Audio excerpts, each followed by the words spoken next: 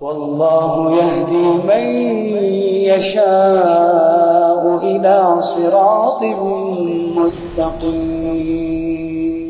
إن الحمد لله نحمده ونستعينه ونستغفره ونؤمن به ونتوكل عليه ونعوذ بالله من شرور أنفسنا ومن سيئات أعمالنا من يهده الله فلا مضل له ومن يضلل فلا هادي له ونشهد أن لا إله إلا الله وحده لا شريك له ونشهد أن محمدا عبده ورسوله أما بعد فإن خير الحديث كتاب الله وخير الهدي هدي محمد صلى الله عليه وسلم وشر الأمور محدثاتها وكل محدثة بدعة وكل بدعة ضلالة وكل ضلالة في النار. أعوذ بالله من الشيطان الرجيم. بسم الله الرحمن الرحيم. يا أيها الذين آمنوا اتقوا الله حق تقاته ولا تموتن إلا وأنتم مسلمون.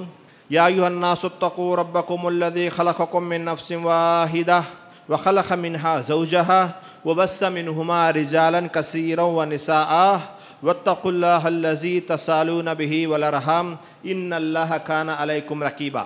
يا أيها الذين آمنوا اتقوا الله وقولوا قولا سديدا يصلح لكم أعمالكم ويغفر لكم ذنوبكم ومن يطع الله ورسوله فقد فاز فوزا عظيما. رب اشرح لي صدري ويسر لي أمري واحلل عقدة من لساني يفقهوا قولي. رب زدني علما رب زدني علما سبحانك لا علم لنا إلا ما علمتنا إنك أنت العليم الحكيم. ముందుగా సర్వ ప్రశంసలు, సర్వ పొగడ్తలు, సర్వ ఆరాధనలు సర్వలోకాలకు ప్రభువైనటువంటి అల్లాహ్కు మాత్రమే శోభిస్తాయి. ఆ అల్లాహ్ అమితమైన దయా కరుణ కలిగి సర్వ సృష్టికి కర్తగా ఉన్నాడు. సృష్టి యొక్క భూత భవిష్యత్ కాలాలు ఎరిగినవాడు, పూర్తి ప్రపంచంపై ఆధిక్యత కలవాడు. అల్లాహ్ ఎంతో శుభకరుడు, శుభప్రదుడు, సర్వాధిక్యుడు, సర్వోత్తముడు, కరుణించేవాడు, మన్నించేవాడు మరియు శిక్షించేవాడు కూడాను. అల్లాహ్ గోప్యంగా ఉన్న, బహిర్గతమై ఉన్న అన్ని విషయాలను ఎరిగినటువంటి వాడు, ఎటువంటి లోపములు బలహీనతలు లేనటువంటి వాడు. ప్రజలు కల్పించేటటువంటి దైవత్వపు భాగస్వామ్యం వర్తించకుండా పరమ పవిత్రంగా ఉన్నటువంటి అల్లాహ్ పేరుతో ప్రారంభిస్తున్నాను. సమస్త ప్రవక్తలపై అల్లాహ్ యొక్క శాంతి శుభాలు వర్షించుగాక, ఆమీన్. అలాగే నైతికతలో పూర్తి ప్రపంచానికి ఆదర్శనీయుడు, వక్తగా, ప్రవక్తగా, సంఘ సంస్కర్తగా, నాయకుడుగా, యోధుడుగా, స్నేహితుడుగా, ఇలా ఒకటేమిటి అన్ని రంగాలలో, అన్ని వేళల్లో, అన్ని ప్రదేశాలలో తన యొక్క వ్యక్తిత్వం ద్వారా ప్రజలందరినీ ఆకట్టుకున్నటువంటి మానవ మహోపకారి, విశ్వ ప్రవక్తల నాయకుడు, కారుణ్యమూర్తి, అంతిమ దైవ ప్రవక్త ముహమ్మద్ సల్లల్లాహు అలైహి వసల్లం. ఆయనపై అల్లాహ్ యొక్క శాంతి శుభాలు, కారుణ్యం వర్షించుగాక, ఆమీన్. సోదర మహాశైలరా, ముందుగా నేను సృష్టికర్త అయిన అల్లాహ్కు కోటాను కోట్ల కృతజ్ఞతలు తెలుపుకుంటున్నాను. ఎందుకంటే ఈరోజు మరొకసారి మీ ముందు కొన్ని ధార్మిక విషయాలను చర్చించేటటువంటి అవకాశం కల్పించినందుకు. మరి ఈరోజు నేను మీ ముందు ప్రస్తావించబోయేటటువంటి అంశము ఏమిటి అంటే, మనిషి మరణం తర్వాత వచ్చేటటువంటి మొట్టమొదటి దశ, దానినే సమాధి అంటారు. మనిషి యొక్క మరణాన్ని అందరూ విశ్వసిస్తారు. ఎవరు విశ్వసించినా విశ్వసించకపోయినా అందరికీ తెలిసిపోతుంది మనిషి యొక్క మరణం. కానీ మరణం తరువాత వచ్చేటటువంటి పరలోక జీవితం ఏదైతే ఉందో దానిని గురించి ముస్లిమేతరులో చాలా ఎక్కువగా విశ్వసించని వారు ఉన్నారు. మరి ముస్లింలందరూ కూడా పరలోకాన్ని విశ్వసిస్తారు. మరీ ముఖ్యంగా ఏదైతే మొట్టమొదటి దశ సమాధి ఉందో, కబర్ ఉందో, అందులో వచ్చేటటువంటి పరిణామాలన్నీ కూడా ముస్లింలందరూ కూడా విశ్వసిస్తూ ఉంటారు. మరి ఈ అంశం ఎలాంటి అంశం అంటే, పూర్తిగా గైబ్ అంటే అగోచరానికి సంబంధించినటువంటి విషయాలు. ఇస్లాంలో విశ్వాసం యొక్క 6 మూల స్తంభాలు ఏవైతే ఉన్నాయో అందులో ఒకటి పరలోకంపై విశ్వాసము.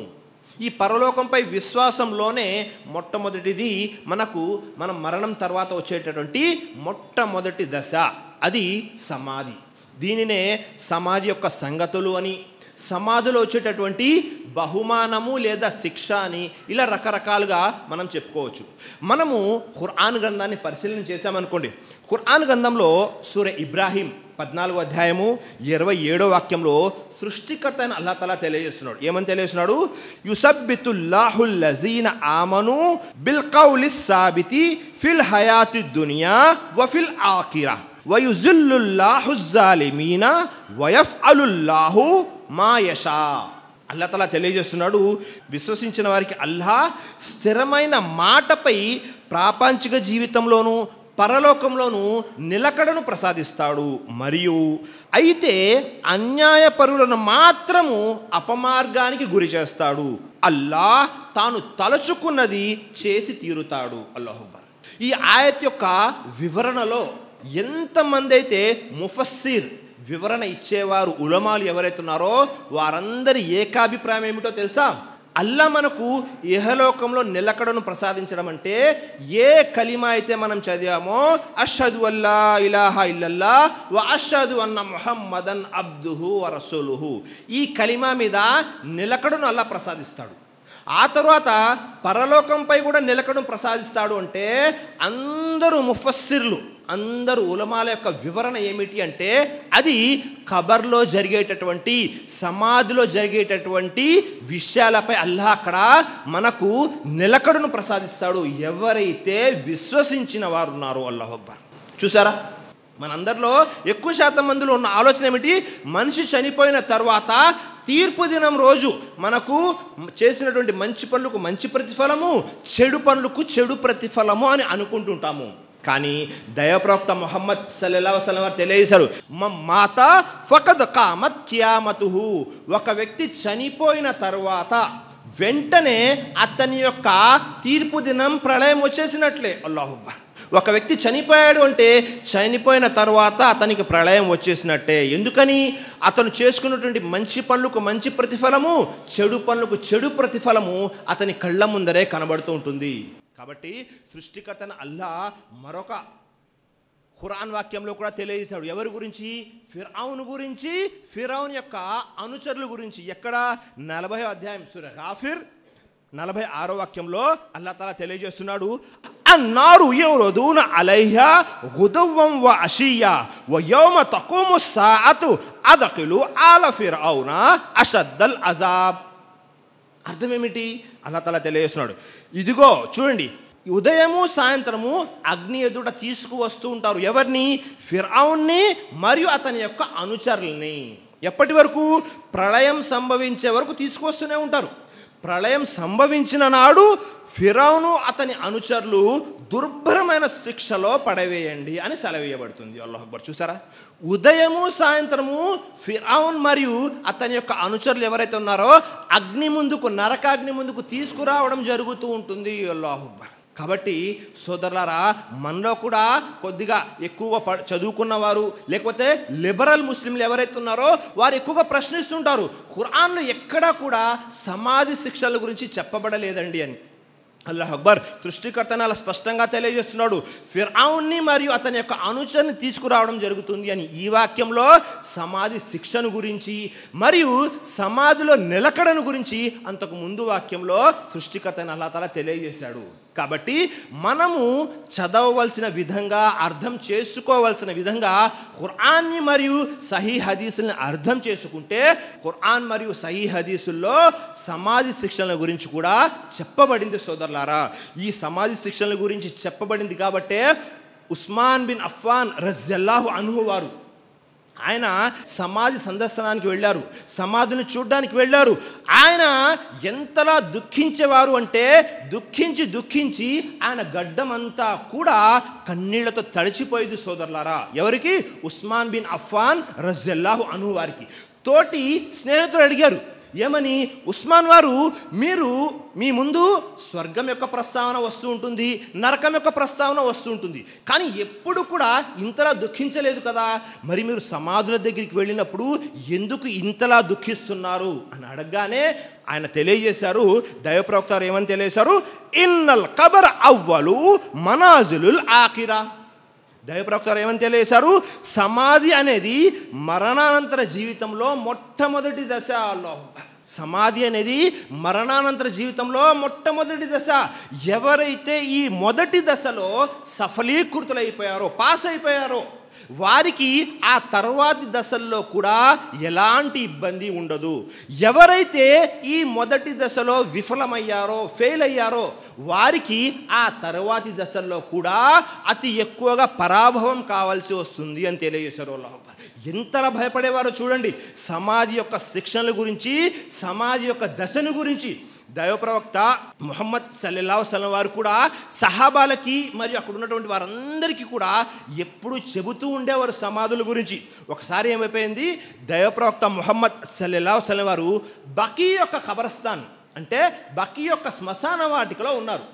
జనాజాని తీసుకొచ్చారు, చనిపోయినటువంటి వ్యక్తిని తీసుకొచ్చారు. ఇంకా ఖబర్ అనేది ఇంకా పూర్తిగా సిద్ధమవ్వలేదు, తీస్తున్నారు మట్టి. దైవ ప్రవక్త వెంటనే కిబ్లా వైపుకు తిరిగి దీర్ఘంగా ఆలోచిస్తూ చేతిలో ఉన్నటువంటి ఒక కర్ర ముక్కను తీసుకొని నేలతో అలాగే రుద్దుతూ ఉన్నారు.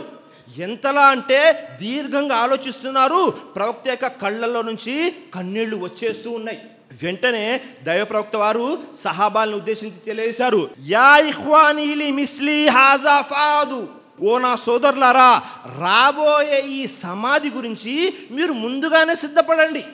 ఒకానొక రోజు మీరు నేను మనమందరం కూడా ఇదే సమాధిలో రావాలి, ఇక్కడే ఉండాలి. దాని గురించి ముందుగానే సిద్ధపడండి, మంచి పనులు చేసుకోండి అని అక్కడ ఉన్నటువంటి సహాబాలందరినీ తెలియపరచడం జరిగింది. సోదరులారా, అల్లాహు అక్బర్. చూడండి సమాధి యొక్క విషయాలు ఎంత వివరంగా దైవ ప్రవక్త ముహమ్మద్ సల్లల్లాహు అలైహి వసల్లం తెలియజేస్తున్నారు. మరియు అస్మా రజియల్లాహు అన్హా వారు తెలియజేస్తున్నారు. ఒకసారి దైవ ప్రవక్త ముహమ్మద్ సల్లల్లాహు అలైహి వసల్లం వారు మస్జిద్ నబవీలో ఉన్నారు. శిష్యులందరికీ తెలియజేస్తున్నారు దేనిని గురించి, సమాధిలో జరిగేటటువంటి విషయాల గురించి. మనము ఈ ఇహలోక జీవితంలో కేవలము ఒక పరీక్షా నిమిత్తం ఇక్కడికి వచ్చాము. మన అసలైన జీవితము పరలోకము, ఆఖిరత్. అందులో మొట్టమొదటి దశ సమాధి అని ఖబర్లో జరిగేటటువంటి విషయాల గురించి తెలియజేస్తూ ఉంటే అక్కడ మదీనా మస్జిద్లో, మస్జిద్ నబవీలో ఎలాంటి శబ్దం వచ్చిందో తెలుసా? సహాబాలందరూ ఎలా తయారైపోయారు తెలుసా? అస్మా రజియల్లాహు అన్హా తెలియజేస్తున్నారు, జజ్జల్ ముస్లిమూన జజ్జతన్. అందరూ కూడా సహాబాలందరూ కూడా ఏడుపులు పెడబెబ్బలతో పూర్తి మస్జిద్ నబవి అంతా కూడా ఒక రకమైనటువంటి శబ్దం వచ్చేసింది. ఎంతలా ప్రవక్త మరియు సహాబాలు ఏడ్చారు అంటే పూర్తిగా ఎవరికి ఏమీ వినబట్టం లేదు. అస్మా రజియల్లాహు అన్హా వారు తెలియజేస్తున్నారు, ఆ తరువాత అంటే ప్రవక్త వారు దీని తర్వాత ఏం చెప్పారు అని నేను వేరే వారిని అడిగి తెలుసుకోవాల్సి వచ్చింది. అల్లాహు అక్బర్. చూడండి సమాధి యొక్క సంగతుల గురించి, సమాధి శిక్షల గురించి ప్రవక్త వారు సహాబాలకి ఏ విధంగా తెలియజేస్తూ ఉన్నారు. మరి మనం ఎప్పుడైనా మన జీవితంలో సమాధిలో ఎలాంటి శిక్షలు ఉంటాయి, సమాధిలో శిక్షల గురించి మనల్ని మనం కాపాడుకోవాలి అంటే ఏం చేయాలి అని ఎప్పుడైనా ఆలోచించామా? ఒక్కసారి అందరూ కూడా గుండెల మీద చేయి వేసుకొని పరిశీలన చేయండి. సమాధిలో ఎలా ఉంటుంది పరిణామం, సమాధిలో ఎలా మనం ఉండాలి అనే విషయాన్ని ఎప్పుడైనా పరిశీలన చేశామా? దైవ ప్రవక్త ముహమ్మద్ సల్లల్లాహు అలైహి వసల్లం వారైతే ఎప్పుడూ చెబుతూ ఉండేవారు సమాధుల గురించి, సమాధిలో జరిగేటటువంటి శిక్షల గురించి. ఒకసారి దైవ ప్రవక్త ముహమ్మద్ సల్లల్లాహు అలైహి వసల్లం వారు తెలియజేశారు. ఉస్మాన్ బిన్ అఫ్ఫాన్ రజియల్లాహు అన్హు వారి కథనం. దైవ ప్రవక్త ముహమ్మద్ సల్లల్లాహు అలైహి వసల్లం తెలియజేశారు, మా రఅయితు మంజరల్ ఖత్ ఇల్లా వల్ ఖబరు అఫ్జల మిన్. సమాధి కన్నా భయంకరమైన దృశ్యము నేను ఏదీ చూడలేదు అని దైవ ప్రవక్త ముహమ్మద్ సల్లల్లాహు అలైహి వసల్లం తెలియజేస్తున్నారు సహాబాలతో. అంటే అంత భయంకరంగా ఉంటుంది అని. మరొక హదీస్లో దైవ ప్రవక్త ముహమ్మద్ సల్లల్లాహు అలైహి వసల్లం తెలియజేశారు. జైద్ బిన్ సాబిత్ రజియల్లాహు అన్హు వారి కథనం. దైవ ప్రవక్త ముహమ్మద్ సల్లల్లాహు అలైహి వసల్లం అంటున్నారు, ఫలౌలా అన్ లా తదాఫను లదఅవుతుల్లాహ అయ్యుస్మియకుం మిన్ అజాబిల్ ఖబరిల్లజీ అస్మౌ మిన్.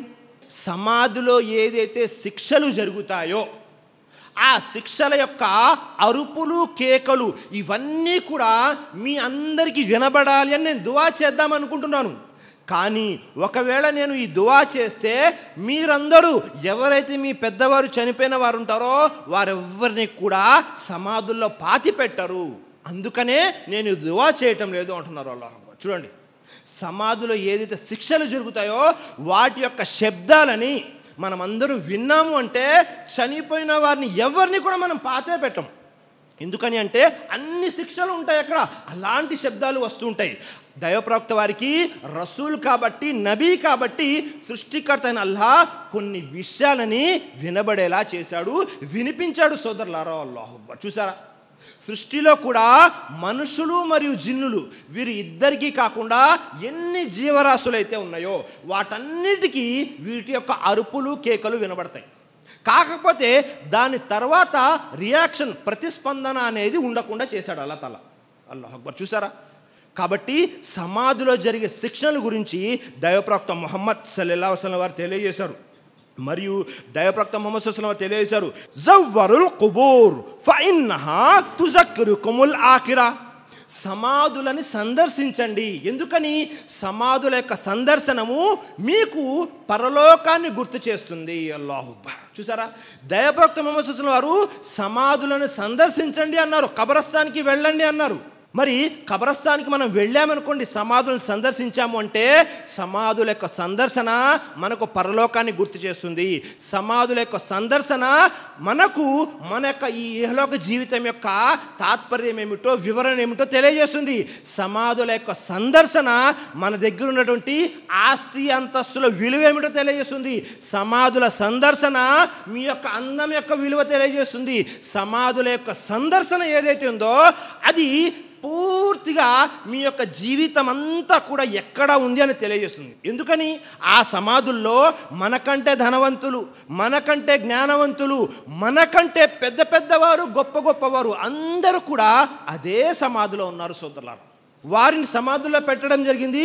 వారి శరీరాలని పురుగులు, కీటకాలు, క్రిమి కీటకాలు తినివేయడం జరిగింది. సోదరులారా, అల్లాహ్ అక్బర్. చూసారా, సమాధులను సందర్శిస్తే ఈ అన్ని విషయాలు మనకు గుర్తుకు వస్తూ ఉంటాయి. కానీ ఈరోజు సమాధుల సందర్శనం అంటే ఏమైపోయింది? పూర్తిగా వ్యతిరేకమైపోయింది. సమాధులను సందర్శించమన్నారు అంటే పూర్తిగా ఖబరస్థాన్లో ఫుల్గా లైటింగ్ వేసేసి అక్కడ అదేదో ఒక పండగ వాతావరణము అన్నట్టు ప్రజలందరూ కూడా అక్కడికి చేరుకుంటున్నారు. సమాధులను సందర్శించడం అంటే మనకు పరలోకం గుర్తుకు రావాలి, ఇహలోక జీవితం యొక్క వాస్తవికత తెలియాలి, మనకు మన మరణం గుర్తుకు రావాలి.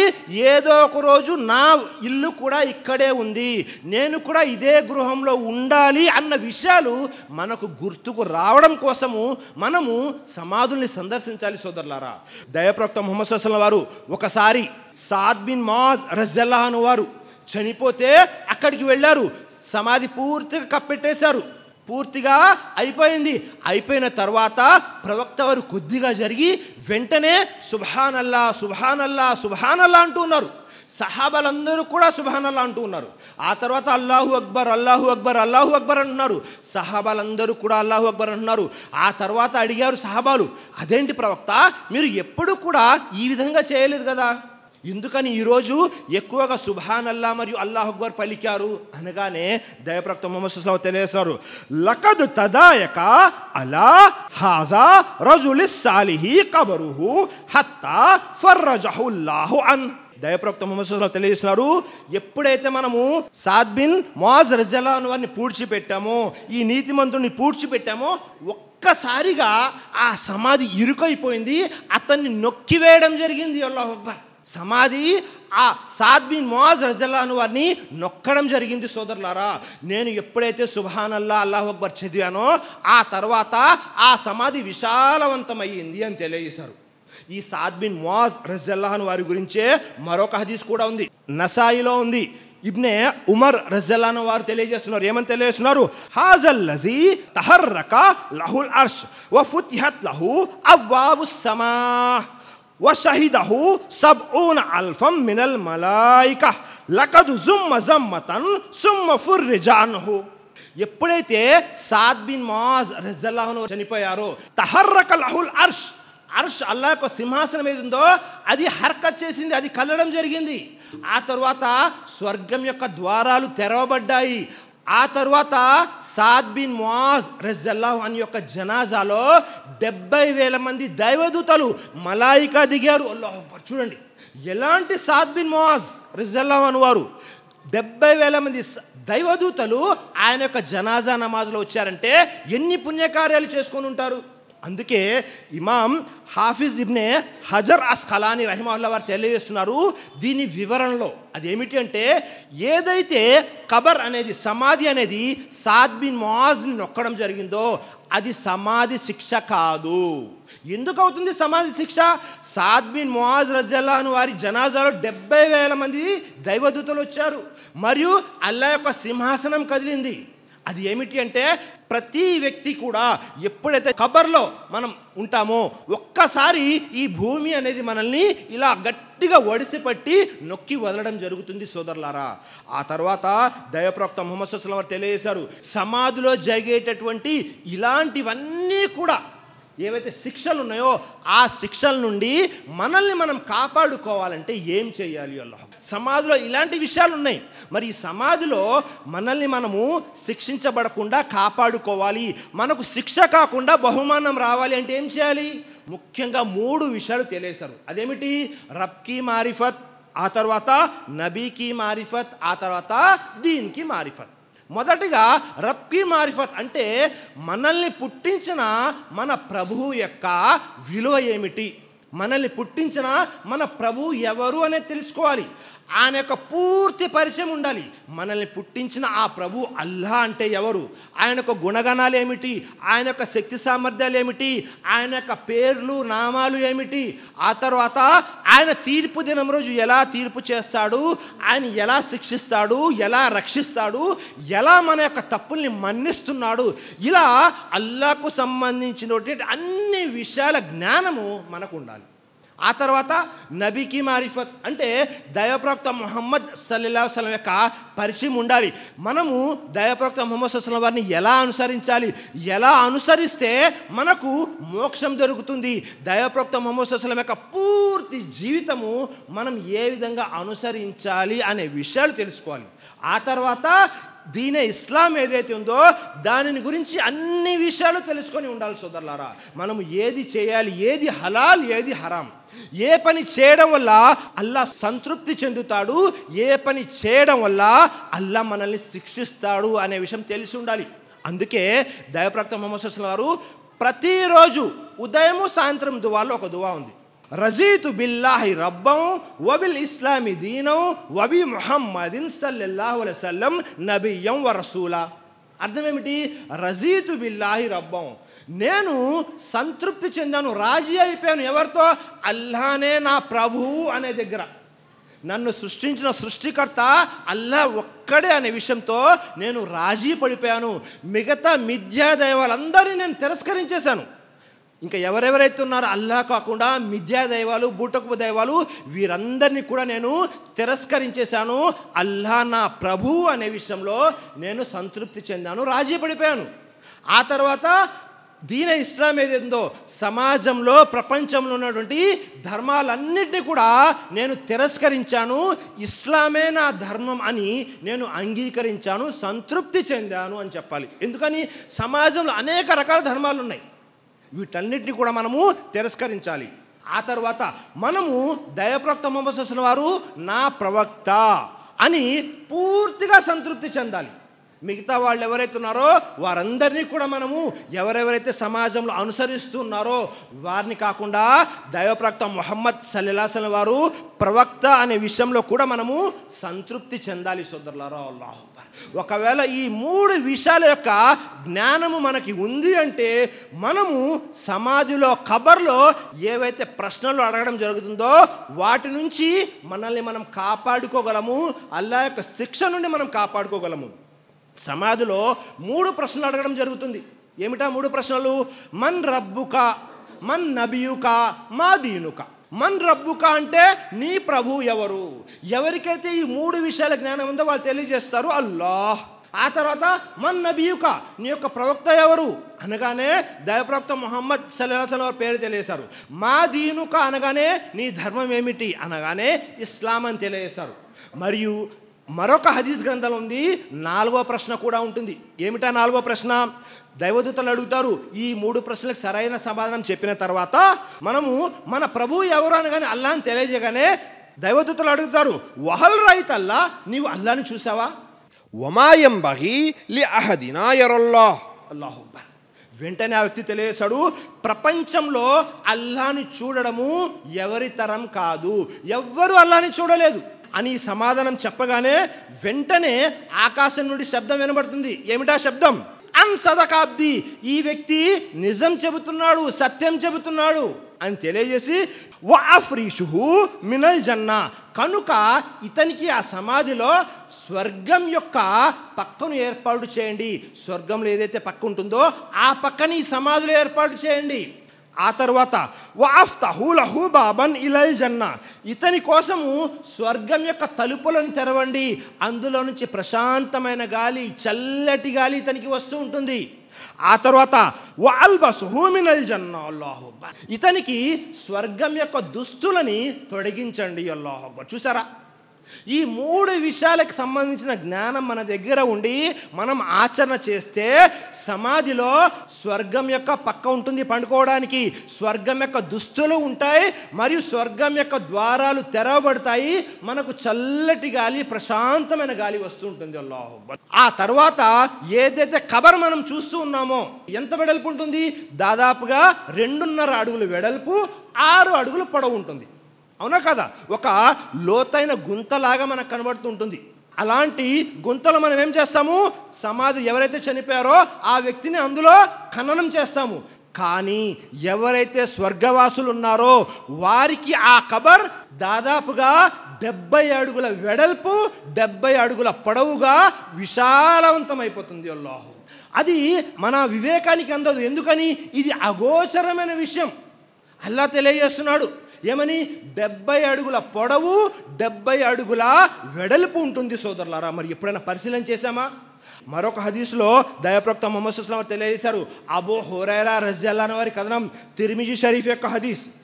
నమ్ కనౌమతుల్ అరూస్ అల్లజీ లా యూకజుహు ఇల్లా అహబ్ అహ్లిహి ఇలైహి హత్తా యబ్అసుహుల్లాహు మిన్ మజ్జఇహి జాలిక్. అర్థం ఏమిటి? ఇక్కడ నిద్రపో, ఆ వ్యక్తిని స్వర్గవాసులు ఎవరైతే ఉన్నారో ఆ వ్యక్తికి చెప్పడం జరుగుతుంది, నువ్వు ప్రశాంతంగా నిద్రపో. ఎలాగైతే నవవధువు నిద్రపోతూ ఉంటుందో, కొత్తగా పెళ్ళైన వధువు నిద్రపోతూ ఉంటుందో ఆ విధంగా నిద్రపో అని తెలియజేసి, ఎప్పటి వరకు అంటే ప్రళయ దినం వరకు ప్రశాంతంగా నిద్రపో అని మంచి పనులు చేసినటువంటి ఆ వ్యక్తికి ఆ సమాధిలో చెప్పడం జరుగుతుంది. సోదరులారా, అల్లాహు అక్బర్. మనం ఎప్పుడైనా పరిశీలన చేశామా ఈ హదీసు గ్రంథాలని? ఎన్ని విషయాలు దైవప్రవక్త ముహమ్మద్ సల్లల్లాహు అలైహి వసల్లం వారు ఈ ఖబర్ గురించి, దీంట్లో జరిగేటటువంటి విషయాల గురించి తెలియజేశారు. ఇవన్నీ కూడా ఎవరి కోసము అంటే ఎవరైతే విశ్వాసం కలిగి ఉన్నారో, మంచి ఆచరణ చేస్తున్నారో వారి గురించి ఇలాంటివన్నీ కూడా ఉన్నాయి సోదరులారా. మరి ఎవరైతే కాఫిర్లు ఉన్నారో, మునాఫికులు ఉన్నారో, ముష్రికులు ఉన్నారో, అంటే తిరస్కరించిన వారు, బహుదైవారాధన చేసేవారు, మరీ ముఖ్యంగా మునాఫికులు, కపట విశ్వాసులు ఎవరైతే ఉన్నారో వారిని అడిగామనుకోండి, మన్ రబ్బుక, మా దీనుక, మన్ నబియుక అని ఈ 3 ప్రశ్నలు అడిగినప్పుడు వాళ్ళు అంటారు హా హా హా లాదరి, హా హా హా లాదరి, హా హా హా లాదరి, నాకేమీ తెలియదు, నాకేమీ తెలియదు, నాకేమీ తెలియదు అని తెలియజేస్తారు. వెంటనే పైనుండి శబ్దం వస్తుంది, అన్ కజిబ్, ఈ వ్యక్తి అబద్ధం చెబుతున్నాడు, అన్ కజిబ్, ఈ వ్యక్తి అబద్ధం చెబుతున్నాడు, అన్ కజిబ్, ఈ వ్యక్తి అబద్ధం చెబుతున్నాడు. ఎందుకని? ఇతని దగ్గరికి ఖురాన్ యొక్క వాక్యాలు వివరించేవారు వెళ్ళారు, దైవప్రవక్త ముహమ్మద్ సల్లల్లాహు అలైహి వసల్లం వారి గురించి చెప్పేవారు వెళ్ళారు, దీనే ఇస్లాం గురించి కూడా వివరించేవారు వెళ్ళారు. అన్ని విషయాలు విన్నాడు, కానీ దేనిని కూడా విశ్వసించలేదు. అల్లాహు అక్బర్. ఎప్పుడైతే ఈ వ్యక్తి పూర్తిగా తిరస్కరించేసి అవిశ్వాసులుగా, లేకపోతే బహుదైవారాధకుడిగా, లేకపోతే మునాఫిక్ కపట విశ్వాసిగా ఉండి చనిపోయాడో, ఫాఫ్రిషు మినన్నార్, కనుక ఇతనికి అగ్ని యొక్క పక్కను రెడీ చేయండి. నరకాగ్ని ఏదైతే ఉందో దానితో పండుకోవడం కోసం పక్కను రెడీ చేయాలి. ఆ తర్వాత వఅల్బసుహు మినన్నార్, ఇతనికి అగ్నితో, నరకాగ్నితో చేసిన దుస్తువులను తొడగండి. అల్లాహు అక్బర్. ఆ తర్వాత వఅఫ్తహు లహు బాబన్ ఇలన్నార్. అల్లాహు అక్బర్. చూడండి, ఆ తర్వాత నరకం యొక్క ద్వారాలు తెరవండి, అందులో నుంచి వేడి గాలి మరియు అందులో నుంచి నరకాగ్ని ఇతనికి తగులుతూ ఉండాలి. అల్లాహు అక్బర్. అక్బర్. ఈ 3 ప్రశ్నలకి సరైన సమాధానం హా హా హా లా అద్రి అని చెప్పిన వారికి ఇలాంటి విషయం ఉంటుంది సోదరులారా. ఎప్పటి వరకు అంటే తీర్పు దినం, ప్రళయ దినం వచ్చేంత వరకు ఇవన్నీ కూడా ఇతనికి జరుగుతూనే ఉంటుంది. ఆ సమాధి కూడా బాగా ఇరుకైపోతుంది. ఎంత ఇరుకైపోతుంది అంటే అతని 2 ప్రక్కటెముకలు ఒక చేతిలో ఒకటి కలిసిపోయే అంతగా ఇరుకైపోతుంది. అప్పటి వరకు శిక్ష అనుభవిస్తూ ఉండాల్సిందే. ఎందుకని దైవప్రవక్త ముహమ్మద్ సల్లల్లాహు అలైహి వసల్లం తెలియజేశారు, ఒక వ్యక్తి చనిపోయిన తర్వాత అతని యొక్క సమాధి చెప్పేస్తుంది అతను పరలోకంలో స్వర్గవాసుల్లో ఉంటాడా, విశ్వాసుల్లో ఉంటాడా, లేకపోతే నరకవాసుల్లో ఉంటాడా, లేకపోతే అవిశ్వాసులతో కలిసి ఉంటాడా అనేది ఈ సమాధి తెలియపరిచేస్తుంది సోదరులారా. ఈ సమాధిలో మీరు పాస్ అయిపోయారు అనుకోండి, ఆ తర్వాత వచ్చేటటువంటి పుల్సిరాత్ సునాయాసంగా వెళ్ళిపోవచ్చు. ఆ తర్వాత తీర్పు దినం రోజు కూడా ప్రశ్నలన్నీ కూడా చాలా సునాయాసంగా చెప్పేయవచ్చు.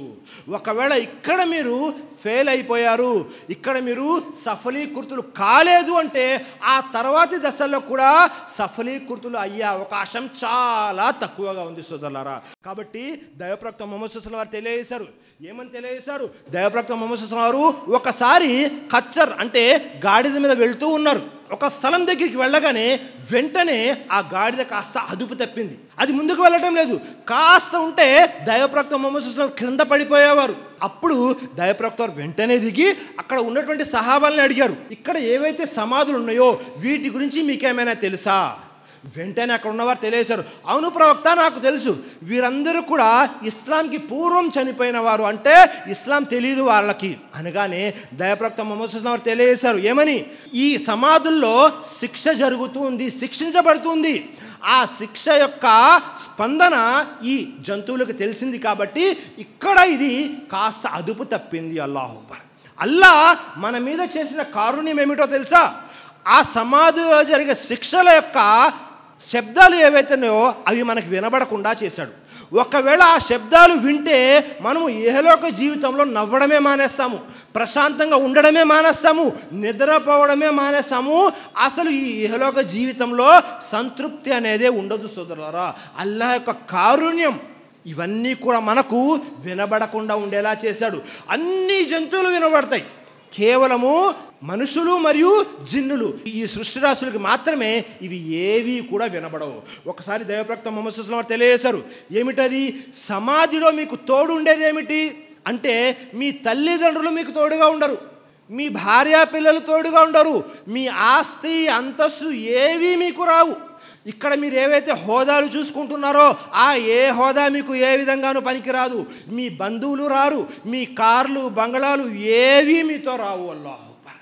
సమాధిలో పనికొచ్చే విషయం ఏదైనా ఉంది అంటే అది కేవలము మీరు చేసుకున్నటువంటి సత్కర్మలు, పుణ్యకార్యాలు మాత్రమే మీకు పనికొస్తాయి. కాబట్టి జీవితంలో ఏ చిన్న పుణ్యకార్యం కూడా వదిలిపెట్టమాకండి సోదరులారా. మీరు పుణ్యకార్యాలు చేసుకున్నారనుకోండి, సమాధిలో మీరు ఉంటారు. ఒక నవ యువకుడు వస్తాడు సమాధిలో, మీరు అడుగుతారు, ఎవరు నువ్వు సమాధిలో నాతో పాటు వచ్చావు అనగానే వెంటనే ఆ వ్యక్తి తెలియజేశాడు, ఏమని?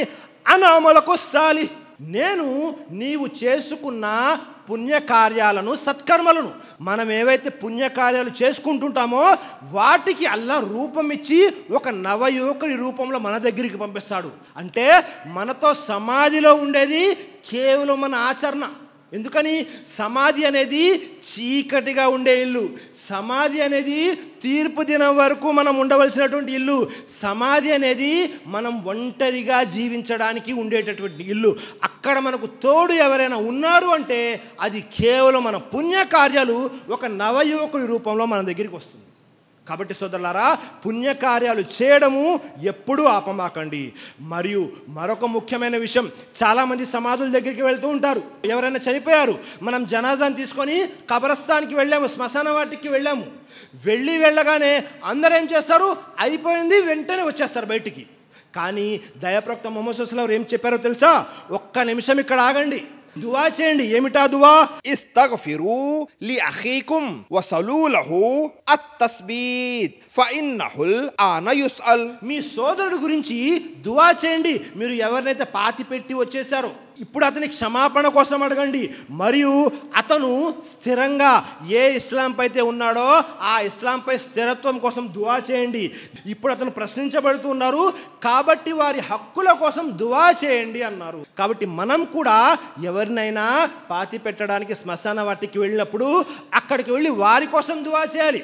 కానీ మన సమాజంలో ఉన్నటువంటి విషయం ఏమిటి, మనం శ్మశానానికి వెళ్ళామంటే మనం అడుగుతూ ఉంటాము నాకు అది కావాలి ఇది కావాలని. చాలామంది తెలియక నేలపై ఉన్నవారు నేల కింద ఉన్నవారి కోసం దువా చేయాలి. వారు మన దువాకి అర్హులు, వారు ఏమీ చేయలేరు. వారు ఎంత వలియల్లా అయినప్పటికీ, వారు వలీలైనప్పటికీ, మంచివాళ్ళు అయినప్పటికీ వారు మన దువా యొక్క అర్హులే, కానీ వారు దువా చేసే స్థితిలో ఉండరు సోదరులారా. కాబట్టి దయాప్రవక్త ముహమ్మద్ సల్లల్లాహు అలైహి వసల్లం వారు ఎప్పుడైనా మనం శ్మశానం ముందు నుంచి వెళ్తూ ఉంటే ఈ దువా కూడా నేర్పించారు. చాలా ముఖ్యమైనటువంటి దువా. అస్సలాము అలా అహ్లద్ దియార్ మినల్ ముమినీన వల్ ముస్లిమీన్ వ ఇన్నా ఇన్షాఅల్లాహు బికుమ్ లాహికూన్ అస్అలుల్లాహు లనా వ లకుముల్ ఆఫియా. అల్లాహు అక్బర్. ఎంత మంచి దువా చూడండి. అస్సలాము అలా అహ్లద్ దియార్, ఓ విశ్వాసులారా, ముస్లింలారా, మీకు శాంతి కలుగుగాక. మినల్ ముస్లిమీన్ వల్ ముమినూన్, ఎవరైతే విశ్వాసులు ఉన్నారో స్త్రీలు మరియు పురుషులు. ఆ తరువాత వ ఇన్నా ఇన్షాఅల్లాహు బికుమ్ లాహికూన్ అస్అలుల్లాహు లనా వ లకుముల్ ఆఫియా. మరియు ముందు మీరు వెళ్ళారు, ఆ తర్వాత మేము కూడా ఇక్కడికే రావాలి. అల్లా మీపై శాంతి కురిపించుగాక, మేము ఈ శ్మశానంలోకి వచ్చిన తర్వాత మాపై కూడా శాంతి కురియించుగాక. అల్లాహ్ అక్బర్. చూసారా, మనలో ఎంతమందికి సమాధులను చూడగానే ఈ దువా గుర్తుకొస్తుంది? ఎంతమందికి ఈ దువా పూర్తిగా వచ్చు? చాలా ముఖ్యమైన దువా. ఎందుకని మనం కూడా ఒకానొక రోజు అక్కడికే వెళ్ళాలి. మన ఇల్లు కూడా అదే, మన గృహం కూడా అదే. ఈ ఇహలోకంలో ఎవరు ఎంత పెద్ద పెద్ద ఇళ్లల్లో భవనాల్లో ఉన్నప్పటికీ, ఎవరు ఏసీ కారుల్లో ఏసీ ఇళ్లలో ఉన్నప్పటికీ, లేకపోతే పూరి గుడిసెలు ఉన్నప్పటికీ, చనిపోయిన తర్వాత అందరూ కూడా అదే శ్మశానానికి వెళ్ళాలి, అక్కడే ఉండాలి సోదరులారా. దైవప్రవక్త ముహమ్మద్ సల్లల్లాహు అలైహి వసల్లం తెలియజేశారు ఈ దువా చేస్తూ ఉండండి అని. దైవప్రవక్త ముహమ్మద్ సల్లల్లాహు అలైహి వసల్లం వారు ఒకసారి బకీ శ్మశాన వాటికి వెళ్ళారు. వెళ్ళి దువా చేస్తున్నారు. ఏమని? ఇన్న హాజిహిల్ కుబూరా మమ్లఅతున్ జుల్మతున్ అలా అహలిహా వ ఇన్నల్లాహ యునవ్విరుహా లహుం బిస్సలాతి అలైహిం. ఈ సమాధులన్నీ కూడా, బకీ యొక్క సమాధులు ఏవైతే ఉన్నాయో అవన్నీ కూడా చీకటితో నిండిపోయి ఉన్నాయి. నేను ఎప్పుడైతే వెళ్ళి దువా చేశానో అన్ని సమాధుల్లో వెలుగు వచ్చేసింది. అల్లాహ్ చీకటిగా ఉండే ఆ సమాధుల్లో మనము దువా చేయడం వల్ల వెలుగు వస్తుంది. దైవప్రవక్త ముహమ్మద్ సల్లల్లాహు అలైహి వసల్లం బకీ కబరస్థానికి వెళ్ళి, బకీ శ్మశాన వాటికి వెళ్ళి మరి దువా చేశారు సోదరులారా. కాబట్టి ఇవన్నీ కూడా చాలా ముఖ్యమైన విషయాలు. సమాజంలో శిక్షలు ఎవరి మీద జరుగుతాయి అంటే, ఎవరైతే అవిశ్వాసులు ఉంటారో, ఎవరైతే కపట విశ్వాసులు ఉంటారో, ఎవరైతే తిరస్కారులు ఉంటారో, ఎవరైతే ముష్రికులు బహుదైవారాధన చేసేవారు ఉంటారో వారందరినీ శిక్షించడం జరుగుతుంది. మరీ ముఖ్యంగా ఎవరైతే దౌర్జన్యపరులు ఉన్నారో, వేరే వారి హక్కుల్ని కొల్లగొట్టేవారు, వారిని శిక్షించడం జరుగుతుంది. దైవప్రవక్త ముహమ్మద్ సల్లల్లాహు అలైహి వసల్లం మరీ ముఖ్యంగా చెప్పారు, ఎవరైతే జినాఖోర్ ఉన్నారో, అంటే ఎవరైతే వ్యభిచారం చేసేవారు ఉన్నారో వారికి సమాధిలో శిక్ష ఉంటుంది. ఎవరైతే వడ్డీ తినేవారు ఉన్నారో వారికి సమాధిలో శిక్ష ఉంటుంది సోదరులారా. అల్లాహు అక్బర్. చూసారా, సమాధిలో వీళ్ళందరినీ కూడా శిక్షించడం జరుగుతుంది. ముహర్రం నెల రాగానే ముస్లిం సమాజంలో అజ్ఞానం కారణంగా ఏం చేస్తారో తెలుసా? దర్గాలు ఎక్కడైతే ఉన్నాయో, లేకపోతే జెండా చెట్లు ఎక్కడైతే ఉన్నాయో పూర్తిగా చుట్టుపక్కల పూర్తిగా లైటింగ్ పెట్టేస్తారు, పూర్తిగా సున్నాలు వేసేస్తుంటారు. ప్రతి ఒక్కరూ కూడా ఈ ముహర్రం నెలలో జెండాలు తీసుకొని ఊరంతా ఊరేగుతూ ఉంటారు. దీనికి ఇస్లాంకి ఎలాంటి సంబంధం లేదు. మీరు పుణ్యకార్యం అనే చేసే దీనితో పూర్తిగా పాపం వస్తుంది. ఖురాన్లో కానీ హదీస్లో కానీ ఎక్కడ కూడా జెండా ప్రస్తావన లేదు, దర్గా ప్రస్తావన లేదు, దాని చుట్టూ తిరిగే ప్రస్తావన అంతకన్నా లేదు. కానీ మన సమాజంలో పూర్తిగా వ్యతిరేకం. ముహర్రం నెల వచ్చింది అంటే నవయువకులు, ముఖ్యంగా యువకులు ఎవరైతే ఉన్నారో వారు నమాజులకి రారు, రంజాన్లో ఉపవాసాలు ఉండరు. కానీ ఈ పని అనగానే ప్రతి ఒక్కరూ తమ జేబులో ఎంత ఉంటే అంత తీసేసేస్తారు. ఏమిటి అంటే ఇది పుణ్యకార్యం అనుకుంటుంటారు. ఇది పూర్తిగా ఇస్లాంకి వ్యతిరేకమైన కార్యము. మరీ ముఖ్యంగా ఇది షిర్క్లోకి వస్తుంది, బహుదైవారాధనలోకి వస్తుంది. ఎవరైతే ఈ కార్యాలు చేస్తున్నారో చాలా జాగ్రత్తగా గుర్తుపెట్టుకోండి, మీరు సమాధిలో శిక్షించబడతారు మరియు శాశ్వతంగా నరకంలోకి తీసుకువెళ్ళేటటువంటి పని ఇది. సమాధుల్లో ఏవైతే శిక్షలు ఇవ్వడం జరుగుతుందో పెద్ద పెద్దవే కాదు, చిన్న చిన్న వాటికి కూడా శిక్షలు ఉంటాయి. ఒకసారి దైవప్రవక్త ముహమ్మద్ సల్లల్లాహు అలైహి వసల్లం వెళ్తూ ఉన్నారు, సమాధిలో శిక్షలు జరుగుతూ ఉన్నాయి. వెంటనే దైవప్రవక్త వారు తెలియజేస్తున్నారు, ఇన్నహుమా లయుఅజ్జిబాన్ వమా యుఅజ్జిబాని ఫీ కబీర్. ఈ రెండు సమాధుల్లో శిక్షలు జరుగుతున్నాయి. ఇవి పెద్ద పెద్ద పాపాలను అనుకుంటున్నారా? కాదు, చాలా చిన్న చిన్న పాపాలకి మరియు చిన్న చిన్న పనులు ఏవైతే వారు చేశారో వాటికి కూడా శిక్ష ఇవ్వబడుతుంది అని తెలియజేశారు. పెద్ద పెద్ద పాపాలకి శిక్ష ఉంది, చిన్న చిన్న పాపాలకు కూడా శిక్ష ఉంది. ఈ రెండు సమాధుల్లో శిక్ష ఎందుకు జరుగుతుంది అంటే దైవప్రవక్త ముహమ్మద్ సల్లల్లాహు అలైహి వసల్లం తెలియజేశారు, అమ్మా అహదుహుమా ఫకాన లా యస్తన్జిహు మిన్ బౌలి. వారిలో ఒకరు మూత్ర విసర్జన చేసేటప్పుడు, ఎప్పుడైతే మనము మూత్ర విసర్జన చేస్తూ ఉంటామో అప్పుడు ఆ మూత్రం కాస్త ఎగిరి మన బట్టలకి మన కాళ్ళ మీద పడుతూ ఉంటుంది. ఇస్లాంలో పాక్ సఫాయి అనేది, పరిశుభ్రత అనేది సగం విశ్వాసం. దైవప్రవక్త తెలియజేశారు, మీరు మూత్ర విసర్జనకి వెళ్ళినప్పుడు ఆ మూత్రం ఎగిరి మీ బట్టల మీద పడకుండా చూసుకోండి. ఒకవేళ మీరు అశ్రద్ధగా పరిశుభ్రం చేసుకోకుండా అలాగే వచ్చేస్తే మీకు కబర్ సమాధిలో దానికి సంబంధించిన శిక్ష కూడా ఉంటుందని తెలియజేశారు. మరొక వ్యక్తికి శిక్ష జరుగుతుంది. వ అమ్మల్ ఆఖరు ఫకాన యంషీ బిన్ నమీమా. మరొక వ్యక్తి ఎవరైతే ఉన్నారో ఆ వ్యక్తి వేరే వారికి, ఒకరి గురించి మరొకరికి చెడుగా చెప్పి గొడవలు పెడుతూ ఉండేవారు. అల్లాహ్ అక్బర్. ఒకరి గురించి మరొకరికి చెడుగా చెప్పి ఇక్కడ విషయాలు అక్కడ విషయాలు ఇక్కడ చెబుతూ ఒకరికి మరొకరికి గొడవలు పెడుతూ ఉండేవారు, చాడీలు చెబుతూ ఉండేవాడు. ఇలాంటి వ్యక్తికి కూడా సమాధిలో శిక్షించడం జరుగుతుంది. సోదరులారా, సమాధిలో మనల్ని మనం శిక్షల నుండి కాపాడుకోవాలంటే మొట్టమొదటిగా ఈమాన్, విశ్వాసం అనేది ఉండాలి.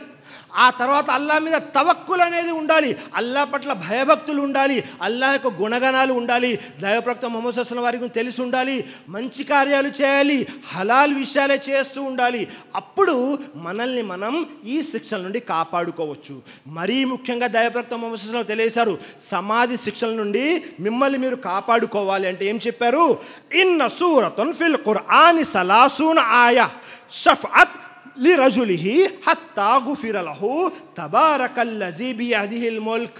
దైవప్రవక్త ముహమ్మద్ సల్లల్లాహు అలైహి వసల్లం తెలియజేశారు, ఖురాన్లో ఒక సూరా ఉంది, అందులో 30 ఆయతులు ఉన్నాయి, 30 వాక్యాలు ఉన్నాయి. హియల్ మానియా హియల్ మున్జియా. ఇదే సూర్య ములుక్ గురించి చెప్పడం జరిగింది. అదేమిటంటే ఇది సమాధి శిక్ష నుండి కాపాడుతుంది, సమాధి శిక్ష నుండి రక్షించేది కూడా ఈ సూరానే. అల్లాహ్ సూర్య ములుక్ చదివితే మనకు సమాధి శిక్ష నుండి మనల్ని మనం కాపాడుకోవచ్చు. ఆ సూర్య ములుక్ కూడా మనకు సిఫారసు చేస్తుంది, మన పాపాల మన్నింపుకై కూడా సిఫారసు చేస్తుంది. అల్లాహ్ అక్బర్.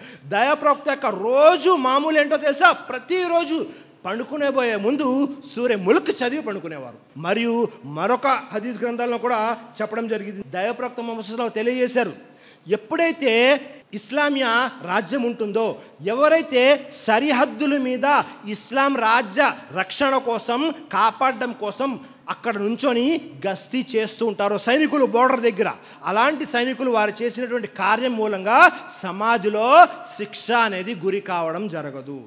దైవప్రవక్త ముహమ్మద్ సల్లల్లాహు అలైహి వసల్లం తెలియజేశారు, ప్రతిరోజు మనం నమాజ్ చేస్తూ ఉంటాము, నమాజ్లో చివరి తషహుద్ ఏదైతే ఉందో అందులో కూడా దువా చేస్తుంటాము. ఏమిటా దువా? అల్లాహుమ్మా ఇన్ని ఔజుబిక మిన్ అజాబిల్ కబ్ర్. అల్లాహు ప్రతిరోజు నమాజ్లో చివరి తషహుద్లో దువా చేస్తుంటాము, అల్లాహ్ నన్ను సమాధి శిక్ష నుండి కాపాడు. అల్లాహు ప్రతిరోజు నమాజ్లో దువా చేయాలి చివరి తషహుద్లో. మరి ఇవన్నీ కూడా మనం చేస్తున్నామా? ఒక్కసారి పరిశీలన చేయండి. కాబట్టి సృష్టికర్త అల్లాహ్తో దువా చేస్తున్నాను, అల్లాహ్ మిమ్మల్ని నన్ను మనందరినీ కూడా సమాధి శిక్ష నుండి కాపాడుగాక, ఆమీన్. అలాగే అల్లా మీకు నాకు సమాధిలో ఏ విధంగా అయితే బహుమానం దొరకాలో అలాంటి పుణ్యకార్యాలు అలాంటి విశ్వాసం కలిగి ఉండేలాగా చేయుగాక ఆమీన్. అలాగే ఇక్కడ ఉన్నటువంటి వారిలో ఎవరైతే అప్పుల బాధతో బాధపడుతున్నారో అల్లా వారి అప్పులు తీర్చేటటువంటి మంచి మార్గం సులభతరం చేయుగాక ఆమీన్. ఎవరైతే అనారోగ్యంతో ఉన్నారో అల్లా వారికి మంచి ఆరోగ్యాన్ని ప్రసాదించుగాక ఆమీన్. అలాగే మన పూర్వీకులు ఎవరైతే చనిపోయారో మన బంధువులు మన తల్లిదండ్రులు మన తాత ముత్తాతలు వారందరికీ కూడా ఖబర్లో సమాధిలో వారు ఇప్పుడు ఎలాగైతే ఉన్నారో వారికి మంచి ప్రతిఫలం ఇవ్వుగాక, వారి సమాధుల్లో అల్లా వెలుగుని ప్రసాదించుగాక ఆమీన్. వాఖిరు దావానా అనిల్ హమ్దులిల్లాహి రబ్బిల్ ఆలమీన్. అస్సలాము అలైకుం వరహమతుల్లాహి వబర్కాతుహు.